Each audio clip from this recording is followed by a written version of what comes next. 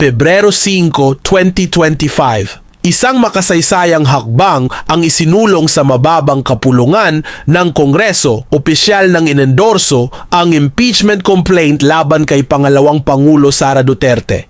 Mahigit 215 kongresista ang pumirma upang tuluyang maipasa ito sa Senado. Ayon sa reklamo, may mga paglabag si Duterte sa konstitusyon, pagtataksil sa tiwala ng publiko, at maling paggamit ng pondo para sa intelligence operations. Ngunit habang ang impeachment laban sa kanya ay mabilis na umusad, nananatiling malaya at hindi hinahamon ang mas mabibigat na kasalanan ng mismong Pangulo na si Ferdinand Bongbong Marcos Jr. Sino ang tunay na may mas malaking paglabag? Sa ilalim ng Administrasyong Marcos, sunod-sunod ang mga isyu na bumabalot sa gobyerno, ngunit tila hindi ito napapansin ng Kamara.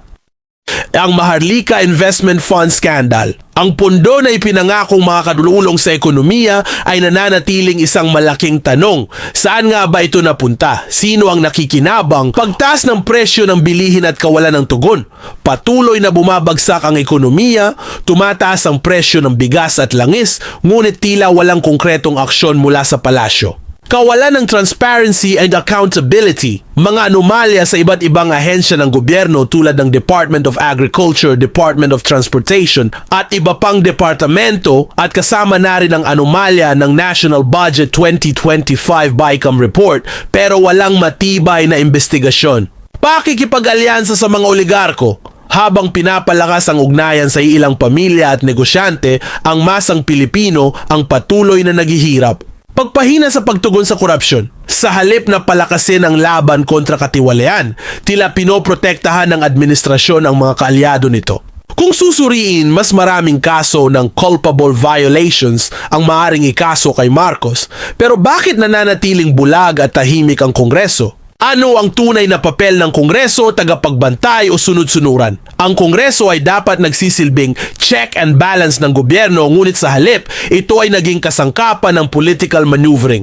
Ang mga mambabatas na dating kaalyado ng pamilya Duterte ay biglang bumaliktad pumanig sa Administrasyong Marcos at ngayon ay pangunahing nagsusulong ng impeachment laban kay VP Sara. Ano ang kanilang dahilan, kapangyarihan, posisyon, impluwensya? Sa katunayan, hindi kaila sa publiko na isa ito sa mga taktika upang siguraduhin na walang magiging hadlang kay Pangulong Marcos sa 2028 elections. Si VP Sara Duterte ay nananatiling isang malakas na kandidato sa darating na halalan isang banta na gustong pigilan ng administrasyon. Bakit iba ang pamantayan para kay VP Sara? Kung ang Kongreso ay totoong naglalayo ng hustisya, bakit tila hindi nila iniimbestigahan ang mas seryosong alegasyon laban kay Marcos? Bakit tila mas mabilis ang aksyon laban kay Duterte, habang si Marcos ay tila hindi maaaring hawakan?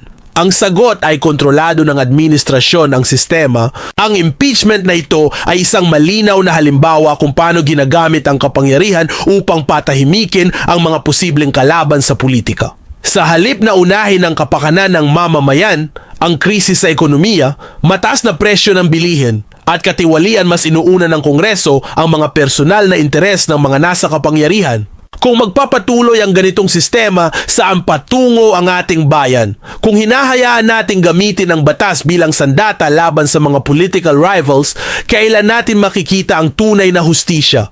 Ito ba ay isang lehitimong impeachment case o isang politically motivated na hakbang upang protektahan ang mga interes ng iilan? Ano ang inyong opinyon? Ito ba ay isang hakbang tungo sa accountability o isang pampulitikang laro lamang upang matiyak ang dominasyon ng isang pamilya sa kapangyarihan? Mag-iwan ng komento at pag-usapan natin. For the record, may we inquire from the Secretary General the total membership of the House as of today, February 5, 2025. The Secretary General will please respond. Mr. Speaker, as of the present, the total number of members of the House of Representatives is 306. The Majority Leader is recognized. Mr. Speaker, may we inquire from the Secretary General how many members of the House verified and swore before him the impeachment complaint? Secretary General, please respond to the query of the Majority Leader. Yes, Mr. Speaker. Pursuant to Section 14, Rule 4 of the Rules of Procedures, in impeachment proceedings, the total number of House members who verified and swore before me this impeachment complaint is 215 House members.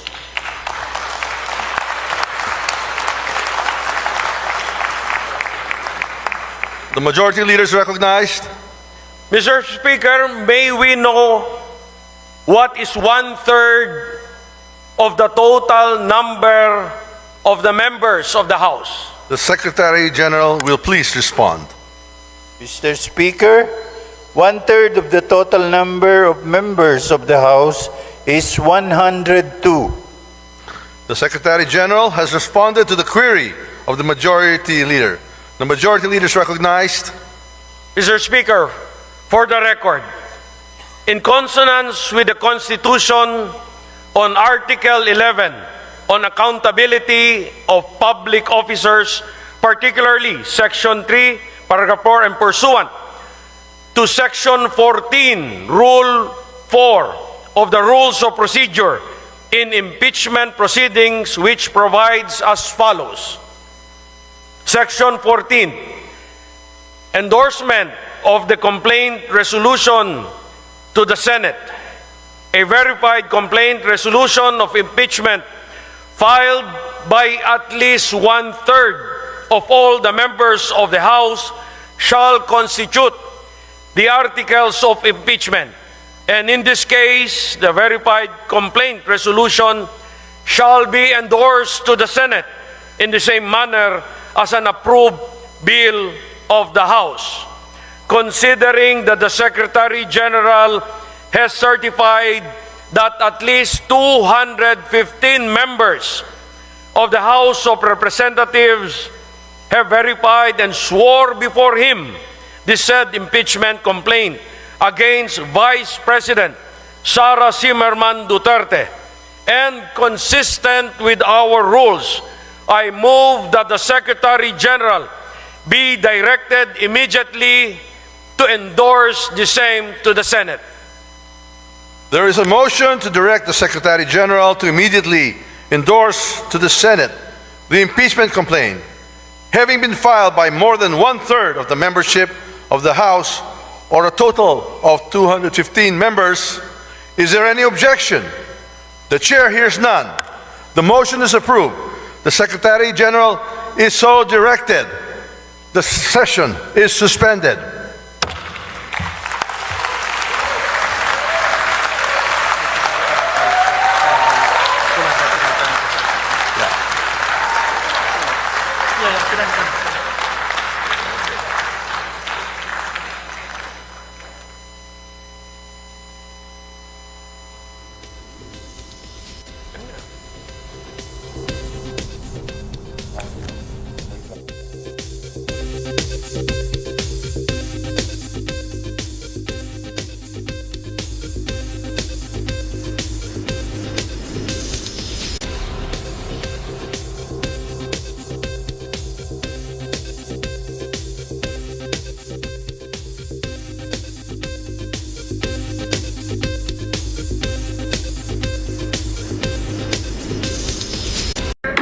Majority Floor Leader. Mr. President, before we adjourn, may I remind our colleagues that there is a standing resolution, resolution number 21, entitled Resolution Authorizing All Regular Standing Committees, Oversight Committees, and Special Committees of the Senate to conduct hearing, meetings, and consultations during every recess of the Senate to have continuity in the process of passing pending proposed legislations and to conduct investigations on issues of national interest to aid in crafting relevant legislation. At this juncture, Mr. President, I move that we adjourn the session until 3 o'clock in the afternoon of Monday, June 2, 2025. So move, Mr. President. There is a motion.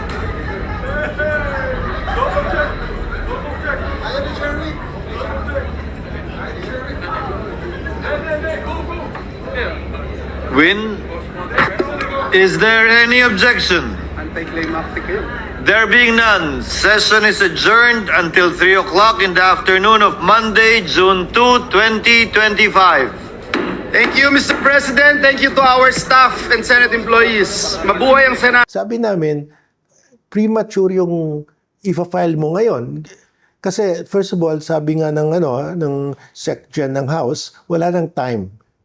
Kasi from the SecGen has to submit the endorsed complaint pag may isang endorsement ng congressman within 10 session days from receipt of the speaker.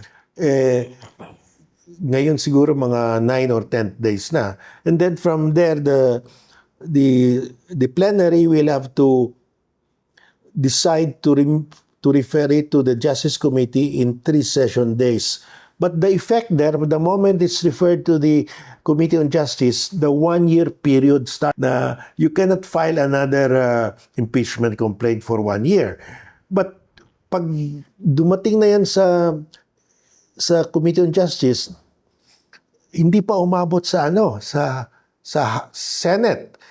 Para umabot yan sa Senate, it has to be signed by 1/3. Pero let's say 1/3 will sign, umabot sa Senate, wala nang time ang Senate kasi mag-election na, campaign period will start February 11. Wala na silang time. Babalik sila June. Pero sa June, konti lang. I think they have just 2 weeks to 14, 15 session days. At saka walang they will not be interested, hindi matapos. Kasi you have to give Sara 10 days to answer the complaint. Maubos yun yung 15 days yun, baliwala yun because you have to give Sara time. It raises so many questions. So mabuti pa tapusin na lang itong investigation. Let's get that testimony of the 2 military aides. But that can be revived kasi yung Congress will expire by June 30 of this year. All pending matters in the House of Representatives are deemed dismissed. Yeah. You have to refile it anew in the next Congress. So lahat yung mga unfinished business deemed terminated. So you have to refile it. So you have to refile it again. But if you already, the impeachment complaint reached already the Justice Committee, you cannot refile it within 1 year. To do that, kasi ang theory ng kunting Senate is that the Senate does not expire unlike the House. Yung 12 cannot even elect their officers because you need 13. Dati, it was a continuing Senate because 1/3 lang. You elect only 1/3 of the Senate every election. So, definitely more than a majority remain. But ngayon, 12 and 12 is not a majority. The Supreme Court could say, it's not a continuing because there's no majority. They cannot even elect their officers. You need 13 to elect officers. And the reason for that's why in the Senate, every 6 years, they have to adopt all their rules. Every time, after every Senate election, the new Senate will re-adopt all the rules expired. Which is what the House does, no? All the rules of the House are re-adopted by the new House. Kasi patay na the old House has expired. The new House will have to adopt its own rules. Ganyan din sa Senado. So you cannot say there's continuity because if there's continuity, you don't re-adopt the rules.